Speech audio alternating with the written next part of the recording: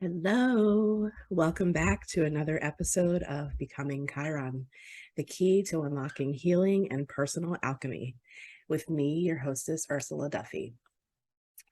Today, this is episode 9, and today we're going to be talking about the two, I'm calling it the mighty squares that happen pretty much concurrently with the Uranus opposition that we talked about in episode 7.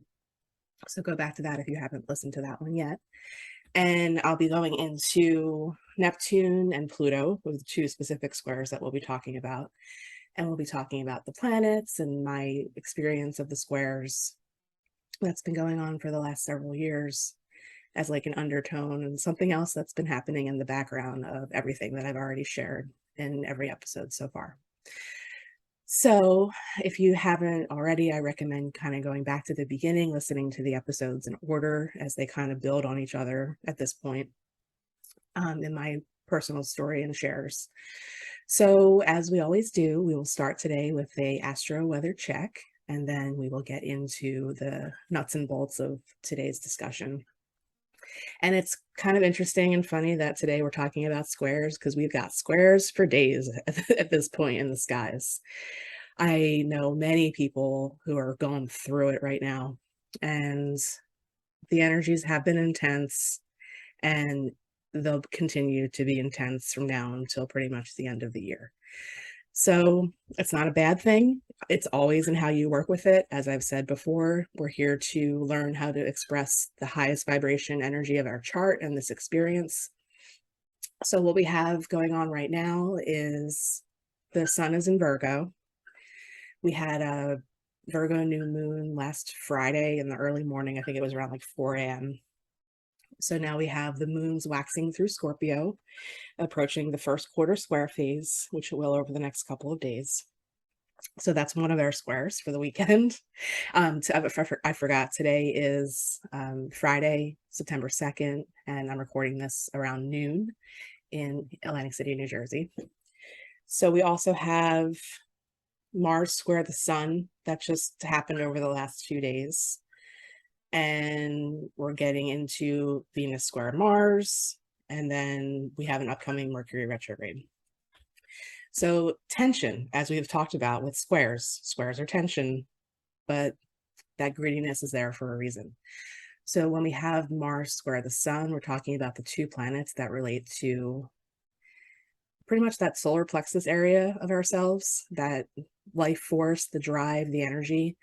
So we can feel a little bit stuck when these squares happen. So if you've been feeling that, that's okay.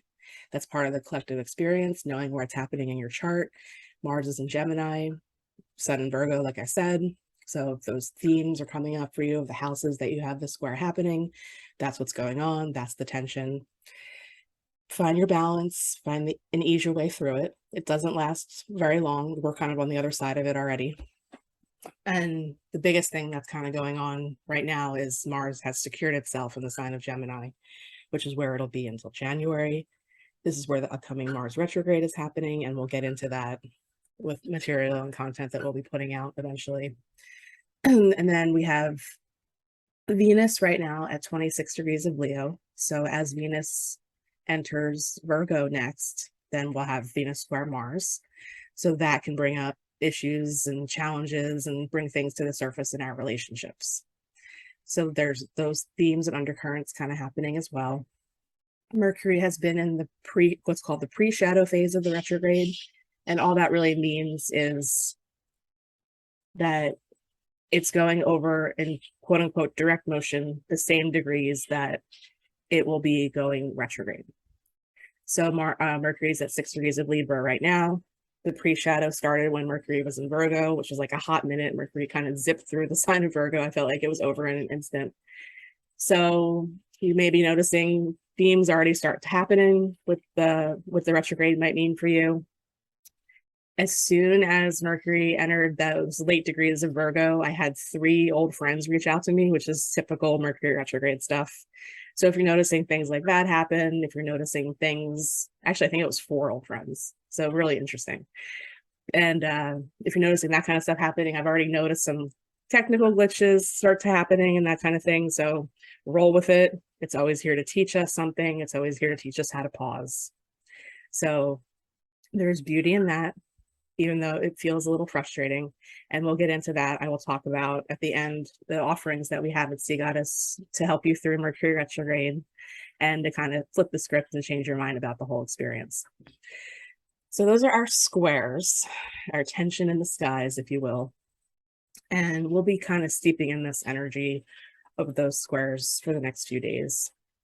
So enjoy yourself. We're coming up on a holiday weekend. Like I said, just find your balance, stay cool, especially with Mars and Gemini now. Gemini is a sign that relates a lot to the way that we communicate and information. So remember to respond rather than react. There's power in the pause in all of this. If you're feeling heated or argumentative or anything, get that energy out in a different way. Don't lash out at people, and most definitely don't project it. Keep your cool, stay grounded, stay balanced, take care of you, do what you need to do, fill your cup up. And that advice kind of goes for the next several months as well. So that is our Astro Weather Check for today. And I actually heard from a listener, which made me smile and warms my heart. And she gave me permission to share her comments. And I'm so grateful and honored. Jackie, thank you so much. If you're listening to this and you're born in 79, 80, or 81 in particular, I feel you. And Jackie feels me too. She's a 1980 baby. And she said, seriously, the most beautifully brutal, yet absolutely magical time of our lives. And I love how she spells it. She spelled absolutely, A-B in lowercase, S-O-U-L in uppercase, and then U-T-E-L-Y all in lowercase. So soul really stands out in that word, the way that she spelled it. She says, so grateful to have synced up with you finally, as I've been praying and setting an intention to connect with other soul sisters experiencing this opposition as extreme as I am. And sisters, she also spells lowercase s-i, capital S-T-A-R, and then lowercase s. So we got souls and stars, and I love it. She says, but finally, she said she was tired for the day, but wanted to make sure that she reached out. And I so appreciate that. And then she also commented on the YouTube video as well. And she said, finally, I prayed and sent intentions for this Virgo new moon, and here you are. So grateful. All synchronicities, too much to type. Love it, love it, love it. This is why I'm doing this. This is why I'm here. This is why I created this show. So I'm so honored. I'm so grateful. Jackie, thank you so, so much. And I'm grateful and always looking for anyone to reach out to me, share something, share your chart. We can, I can do a brief discussion at the beginning of an episode if you want. We can talk about it. And I'm here. I'm feeling this. I'm going through this. That's why I'm sharing this whole experience. So thank you, Jackie. And I'm so happy that you reached out. So let's get into episode 9. And there's some kind of construction going on outside. I apologize if there's any background noise that I can't remove from this episode, but I pushed the button, and I'm rolling with it. So just a recap on my chart. I was born in 1980. I don't know if I shared that yet. 1980, October. And I was born with Pluto, like I've said, at 21 degrees of Libra. And I was born with Neptune at 20 degrees of Sagittarius. These planets are what's known as like they're generational by sign because they move so slowly. So I am of the Pluto in Libra and Neptune and Sagittarius generation. I've also shared, I believe, that I have Neptune square my moon exactly, almost to the degree. So that's kind of an undercurrent to all of this as well. It's getting super activated. I have Neptune in the 8th house, and I have Pluto in the 6th. Sixth is just to recap, our routines, our habits, our day-to-day life, work, what we do to keep our bodies functioning at an optimal level. It relates very much to our health and our daily practices and our habits. And I've learned throughout my journey, and I find this to be very true, that kind of a higher expression of the sixth house is being of service. Eighth house is the space that relates to where we merge with other people. It's commonly referred to as like sex, death, those kinds of things live in the eighth house. Eighth house is a lot of energy that is kind of hidden. It's commonly called like the closet, or, a space where we keep things hidden. And it relates also very much to contracts, things that we have with other people, like marriage, things like that. So the eighth house is kind of a mysterious place. And having Neptune there makes it even more mysterious. So let's talk about the two planets first. Neptune is the planet that relates to our connection to source, ultimately. It is the planet that speaks to our imagination, the dreamscape, dream world. It speaks to the parts of us that can be a little mysterious. It relates very much to tendencies toward addiction and escapism. Neptune is very imaginal. Think of when the caterpillar is kind of cooking in the cocoon, those imaginal cells that are getting activated for the transformation process. That's Neptune. Neptune can be very hard to put your finger on. Things that are mystical experiences, like you can have the most magical, mystical experience in a one moment, and then the next moment turn around and wonder if that was actually real. Neptunian energy, I think about a few weeks ago, I actually got to witness I call it the birth of fog. I don't know how else to describe it. I got to watch fog coming out of the ocean and like generating and spreading out into the marine layer that formed after that. Like I got to see where it came out of the water. That's Neptune. Think of the ocean, think of the vastness of our souls on an energetic level. Think of the vastness of the ocean and how it's not even possible to know the depth for real because we can't even see that far down. It's so dark. Think of all the gear we have to use as humans to even get to that point to explore.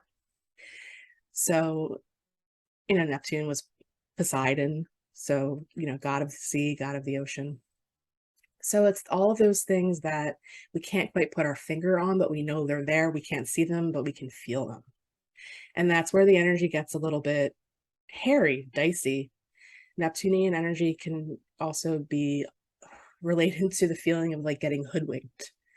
Neptune can be kind of a dick, honestly. Some of this experience has just been, we'll get into it. So that's the general feel vibe of Neptune. I did pull out my Black Moon Astrology deck, and I'll read a little bit from the Neptune and the Pluto cards, just to give you all a different perspective from somebody else's words besides my own. And for my placement personally, as I said, I'm a Taurus rising, so my eighth house is Sagittarius. I have Neptune in the eighth. And I've shared my experience up to this point of my life, a lot of things. And Neptune also relates to our intuition, our connection to source, like I said. So I've kept my Neptune in the closet pretty much my entire life. My Neptune has been very comfortably hidden in my eighth house up until this whole spiritual reawakening process. So for me, letting Neptune out of the closet has been part of this Neptune Square experience. And it's been wild. It's been very interesting.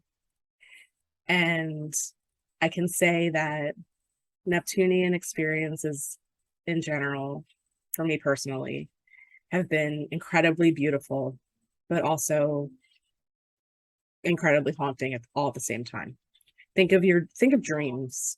Think of the dreamscape. Think of you wake up and you just know you're so connected still to that realm. And then you remember bits and pieces of it.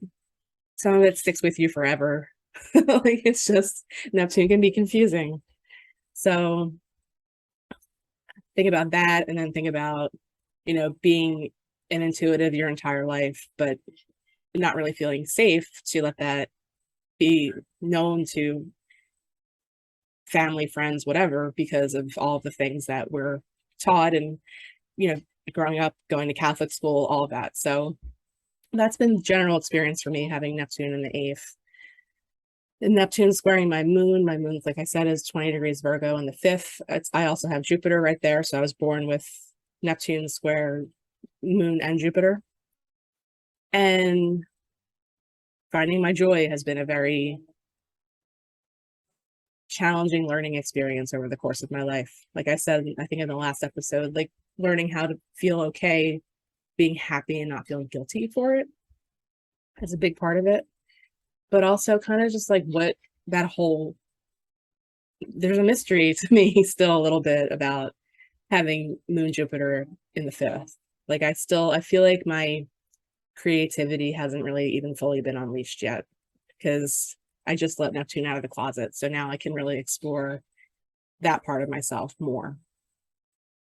So, like I said, feeling hoodwinked, kind of like mystery, the tension in the square, the threshold experience, all of that, big part of that energetic setup in my natal chart. And then we have Pluto. Pluto is the planet that relates to our capacity for transformation.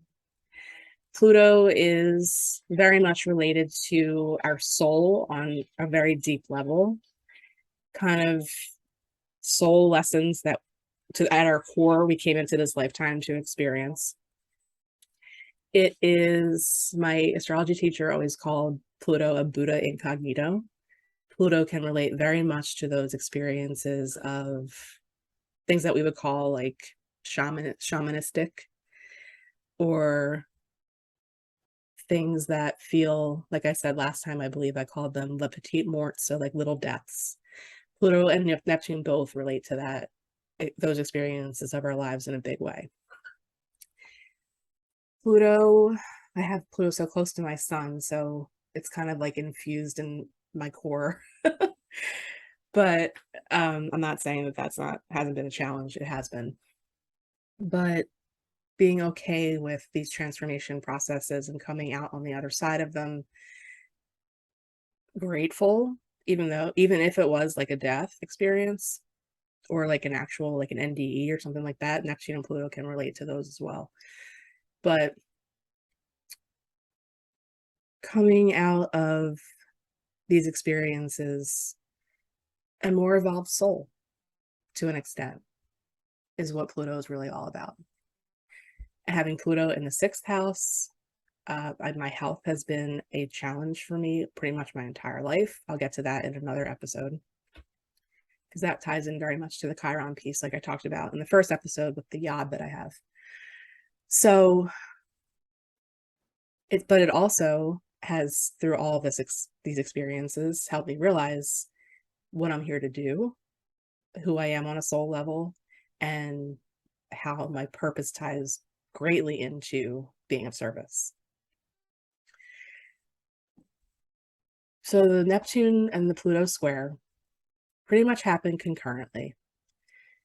They kind of start percolating around age 38, I'd say, kind of when all of the other things I've talked about, like as if the Uranus opposition wasn't enough, we have these two things happening at the same time. So these only happen once in our entire lifetimes because the planets move so slowly. Pluto, roughly 248 years. Pluto's orbit's a bit more elliptical, so it spends different amounts of time in different signs. Neptune, I think it's 164 or 167 years. So we can experience a Neptune opposition in our lifetimes. Nobody will ever experience a Pluto opposition. we only get the squares and one square. So these will flavor the experience of the Uranus opposition for sure. Knowing where they are in your chart natally will give you the setup, and I'll describe my experience. And we'll let you know where these themes are coming up, where these things are happening. And for me, they most definitely started percolating in 2018 when I was doing my astrology apprenticeship. And then because they move so slowly, the energy kind of builds for a while on both sides of the exactness of the squares. And you'll feel it. You can feel it. It's like there's more undertones to that shit or get off the pot experience of these squares plus the Uranus opposition. So the other thing that is unique to me in this experience is I have my midheaven at 24 degrees of Capricorn in my 9th house. Midheaven is pretty much related to our highest expression of self, like our soul's gift to the world is one of the best ways I've heard it described, and I agree with that for sure. 9th house is where we explore. And 9th house is the space that relates very much to higher learning, like, longer programs and fields of study, long distance travel, experiences that can feel kind of foreign to us, foreign languages. It relates to our connection to our higher self in a big way. I feel like that's one of the lesser discussed themes of the 9th house. It's where we expand our horizons, pretty much. So, and it relates to publishing and teaching. So midheaven at 24 degrees, Libra, I have Pluto at 21, Libra. So another part of my Pluto Square experience has been Pluto transiting my midheaven, which doesn't happen for everybody. So I started really feeling this when I was in my apprenticeship program. I described all of the things already as far as, the job things and what all those experiences taught me. Pluto entered the sign of Capricorn in 2008, and it's just about to leave next year, going into Aquarius. And for me personally, I think this is the root of my, what I described as my deconditioning experiences. And kind of my unlearning and unschooling. And as the square is happening, it's going over my midheaven at the same time. So it makes total sense that it would completely transform and change how I work, what I do in the outside world. And also my inner teacher coming out during this time as well. I always kind of have fallen into that role as teacher, but I never kind of put myself out there and teaching classes and that kind of thing. So we're coming up on the 1-year anniversary of the first class that I taught. So that's pretty cool. And kind of that being on the tail end of its experience. And like I said, these planets move so slowly. Pluto only goes like, quote unquote, direct for a few degrees, and then it goes retrograde. So these experiences for us are multi-layered, many, many years, many, many chapters. So that's how it works because of the way that the planet moves. So that's been, and the other thing that's been happening during the Pluto square for me in particular is Pluto's been trining my moon, Jupiter conjunction in Virgo. Earth trines Earth. That's the harmonious energetic flow between chart points, planets.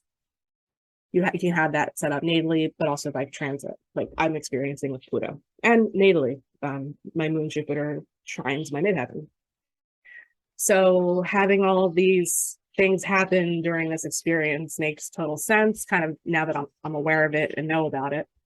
And it's been like death, for real, because it's been a reinvention of myself, but in that it's not really an invention because I'm getting to the core of who I truly am and what I really came here to do. And then also part of this experience getting me into being of service for real. like in my readings and, coming out of the spiritual closet, quote unquote, and sharing this with people and helping people. Like my tagline is live in touch with your soul. Like that's a perfect way to describe how this experience has been for me, but then how I get to help other people do the same thing. The Neptune Square has been interesting. Neptune's been transiting the sign of Pisces since 2012, and Pisces is my 11th house.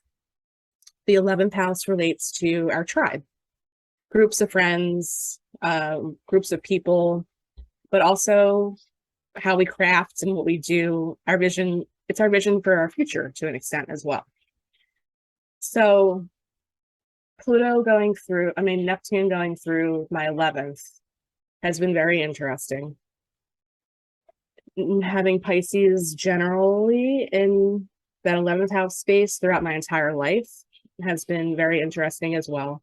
I don't have any planets in the 11th natally. So as Neptune's been going through my 11th, so we have a Neptune Square 11 to 8, and it's been also opposing all of my Virgo planets. So like I talked about, whenever we have a cluster on one side, when things go through the opposite sign is where a lot of the lessons come into play, where we really get to learn about the duality and the energy of the opposing sign. So Neptune has been not only squaring my natal Neptune, but also opposing my moon and Jupiter. It's going to get to opposing my Jupiter soon, because Neptune's pretty much, I think, past 20 degrees of Pisces at this point. I don't think it's going back to 20 degrees of Pisces in this retrograde, but we'll see. But I have a few more years of this experience.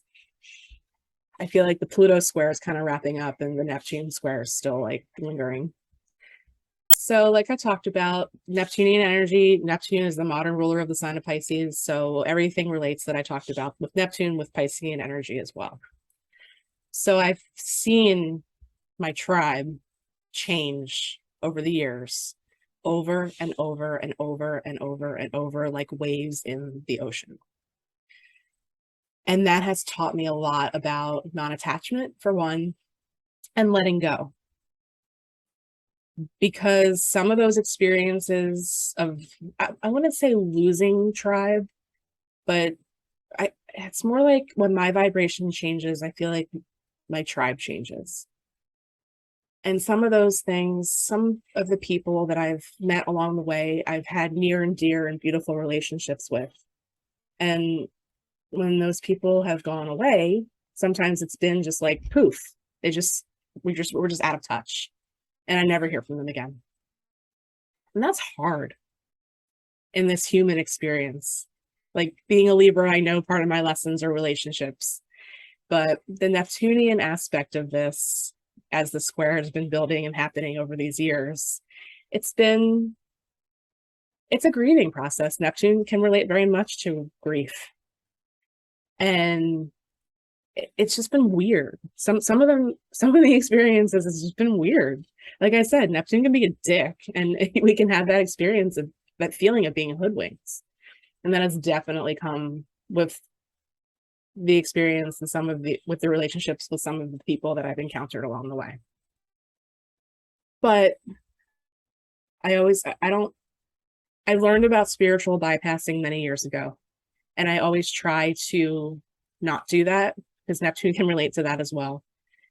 But and honor my feelings, but also know truly, always in the background, as I'm still feeling the feeling of what's happening, that it's happening for my highest good. That's the Neptunian energy as well. So the square there has been interesting. Opposing my moon, also a huge part of this process. One thing, again, that not everybody will get to experience in their lifetimes. I signed up for it, so here I am. And just I really want to drop into my 5th house space more. That's an intention that I'm setting, because I used to draw. I used to be very artistic when I was a child. So I really want to get back to that now that I've had this year of revamping my day-to-day out of the corporate world and everything, and just get back into that creative space, especially with this opposition that I have going on now with Neptune. So that is an intention and a dream. So that's set at this point. And just to bring some other things into this, Neptune energy, just for other, reference points. Think about the movie Fantasia. Think about the movie, if you've seen it, The Shape of Water. Those two films really, really capture Neptunian energy very well. For Pluto, think about, if you've ever seen it, the movie What Dreams May Come. That's very, very much both planets. These two planets are actually Uranus, Neptune, and Pluto are what's known as the transpersonal planets. So these energies take us beyond ourselves. They take us back to source to an extent. They take us out of this physical world and lived experience, kind of home to an extent. Very helpful to know where these planets are on your chart. If you're of my age, then also very helpful to know where these squares are happening. And I'm sure that the themes will make a lot more sense if you've never looked at your chart before and then you learn it. That's been my experience. All of this happening concurrently, like I said, has been a lot, but it's been beautiful and I wouldn't change anything about it. And I'm sure that there's more to come. I'm sure that there's more to be revealed out of all of this, as I'm still everything's still kind of steeping at this point. Uranus hasn't officially opposed itself yet. So more and more chapters, more and more layers that I'll be sharing along the way. So I do want to get into the two cards. So this is the Black Moon Astrology Cards by Susan Shepard. This was a gift that was given to me by one of the friends that has recently vibed out for whatever reason. I don't know why, but I have this deck thanks to her. And we will go into the Neptune card. Oh, and the other thing too that I wanted to mention about Neptune, I attended the NORWAC astrology conference back in the spring of 2020 when it was virtual. And Stephen Forrest, I've talked about Stephen, The Inner Sky, like I said, was the first book that I read. I just love him. I shared the principles in the other episode that I did, the astrology facts and truth one. And he was one of the teachers at that conference. So I got to sit in a Stephen Forrest session, which was incredible. And one of his whole presentations was about Neptune, and he called it where we get to be our martyr or mystic. And that relates so well to the general energy. I just thought it was brilliant, but also the experience that I've shared, because a lot of the things too that have come in with this Neptune experience is finding my spiritual tribe, like my true spiritual tribe. It's Pisces energy. And with the, people that have vibed out or the relationships that have ended, do I see them as lost and mourn and just stay in that energy and be the martyr? Or do I see the higher vibration of it and be the mystic? Now, keeping Neptune in the closet in my 8th house, martyr or mystic? Am I going to nail myself to the wall and just sit there and not be the intuitive person that I am? Or am I going to let Neptune out of the closet and be the mystic? So these are the choices that we have with these planetary energies. So in the Black Moon Astrology deck, Neptune is card number 10, and the word on the card is sacrifice. And the description is, the whole idea of compassion is based on a keen awareness of the interdependence of all these living beings, which are all part of one another and all involved in one another. And that's a quote by Thomas Merton. And I just want to read a couple of lines. You are being directed into an area which may feel like it is unknowable. Surrendering to the mystery may work best now. Although nebulous, hazy, and indirect, the energy of Neptune is one of the easiest to see. Like I said, we feel it. Where Neptune is placed in a chart is where we are most inspired, but also an area where we deceive ourselves. It is the place of mishaps, bringing on undercurrents of strangeness. For so many, Neptune is the source of many troubles, since this card indicates escapism as well as beauty. Dreams, film, art, disappointment, and reverie all fall under the rulership of Neptune. Refusing to look at what's real, or simply being unable to, as well as seeing enemies as friends and vice versa, are all traits brought on by this watery planet. This is a time where some may try to manipulate with their crisis and rescue cycles, exhausting friends and family with their many problems. There may be a lack of boundaries and confusion where some may orchestrate their victimhood. Be very certain that the victim is not you. And there's 2 more pages of this, which I'm not going to read. If you have the deck, check it out. It starts on page 52. Spot on. And I did forget to mention the boundaries part too. And that's been a big lesson in these experiences for me as well. Because, like I said, think of the ocean and the vastness, it's boundless. Water just flows and settles in anything that it floods over. Interesting experiences with this planet. And then for the Pluto card, it's card number 11. And the word on the card is transformation. And the description is, or the quote, "People living deeply have no fear of death." And that's by Anais Nin. That's beautiful. And just a few paragraphs from the description here. Pluto, the smallest and outermost planet in our solar system, probably carries the most weight. It is the planet of extremes. Birth, sex, and death are Pluto's themes. In Greek legend, Pluto was the god of the underworld, Hades. His earlier name, Hades, came to designate the dwelling place for the dead. The name Hades means the unseen, and it is a good description of the energies of Pluto, which tend to transform areas of the astrological chart without us knowing until the explosion or blowout. Pluto was discovered in 1930, and although it is now considered a dwarf planet, transits from Pluto are extremely powerful and bring on significant life changes. In traditional astrology, Pluto is the highest octave of Mars, but has some similarities to Saturn, which is also a force of oppression. Pluto governs renewal and birth. It brings to the surface things that have been hidden or are felt deep inside. These are sometimes painful to confront, or they are embarrassing or taboo. The taboo is also something that lives in the 8th house. I forgot to mention that. So if you have the deck, like I said, read on. There's a couple more pages to that, which starts on page 55.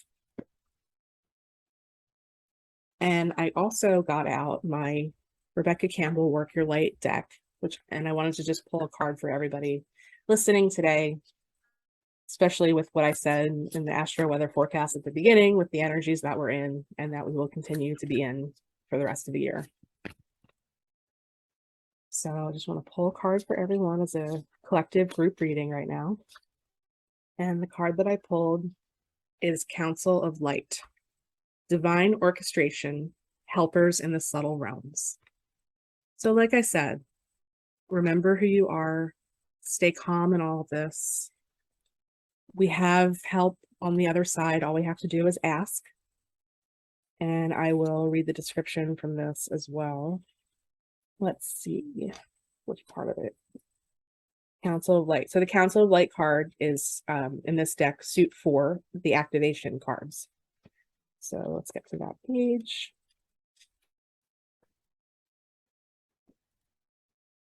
The Council of Light is a team of benevolent beings who are here to assist the raising of consciousness of the planet. They are here to help you achieve your soul mission and are guiding you every step of the way. However, because we live in a world where free will reigns, they cannot help you without your permission. If you would like their assistance, it is time to ask them. They can help with all kinds of requests. Nothing is too big or too small. Think of them as your personal team of helpers in the spirit realm. They are willing and ready to step in and get to work. What would you like help with? What tasks would you like to delegate to them? The Council of Light is a team of ascended masters, light beings, angels, and guides devoted to the rising of Earth and all humanity. If you are a light worker, it is from them that you receive your personal mission. Like a spirit world United Nations, they want to thank you so much for doing this work and devoting your life to uplifting the planet. Pray to them for clarity and guidance regarding your personal mission. Put in your requests and let them get to work. And the activation, it says, hold the card to your heart and say, Council of Light, I am ready to receive your help for fulfilling my personal dharmic mission. Thank you for guiding me with clarity every step of the way, and for sending me helpers and experiences that delight my mind, body, and soul. I love that, and I will continue to do that because at the beginning, before I hit the record button, I always ask my, guides to come in and help me. And I work a lot with Archangel Sambafon as far as the communication, and I always pray to him as well for clarity and ease and grace in the way that I communicate everything that needs to come through. And I always ask for messages of the highest vibration for anyone that's listening, and also for myself.